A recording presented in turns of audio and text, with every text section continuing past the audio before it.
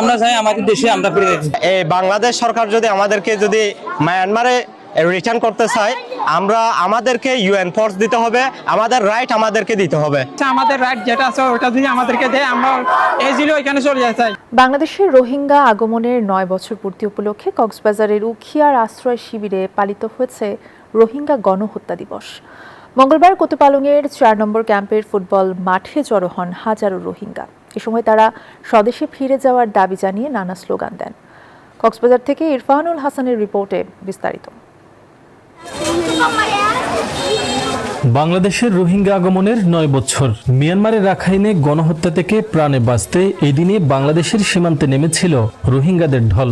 2017 সালের 25 আগস্টের পর থেকে কয়েক সপ্তাহে 7 লাখের বেশি রোহিঙ্গা পালিয়ে আসে বাংলাদেশে। এরপর দীর্ঘ 9 বছরেও একজন রোহিঙ্গাকেও মিয়ানমারে ফেরত পাঠানো সম্ভব হয়নি।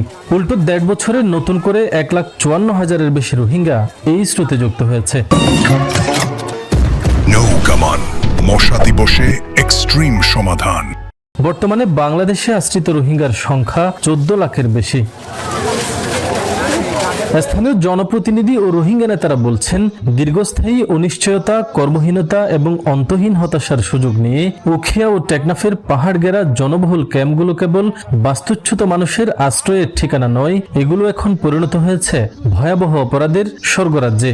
9 বছর পূর্তি উপলক্ষে মঙ্গলবার সকাল থেকেই উখিয়ার কুতুপালংয়ের 4 নম্বর ক্যাম্পের ফুটবল মাঠে জড়ো হতে থাকেন রোহিঙ্গারা। আশেপাশের বিভিন্ন ক্যাম্প থেকে মিছিল নিয়ে সমাবেশস্থলে আসেন তারা। পুরুষদের পাশাপাশি মিছিলে অংশ নেন নারী ও শিশুরাও। হাতে ছিল পোস্টার, প্লে কার্ড, স্লোগানে মুখর হয়ে ওঠে পুরো এলাকা।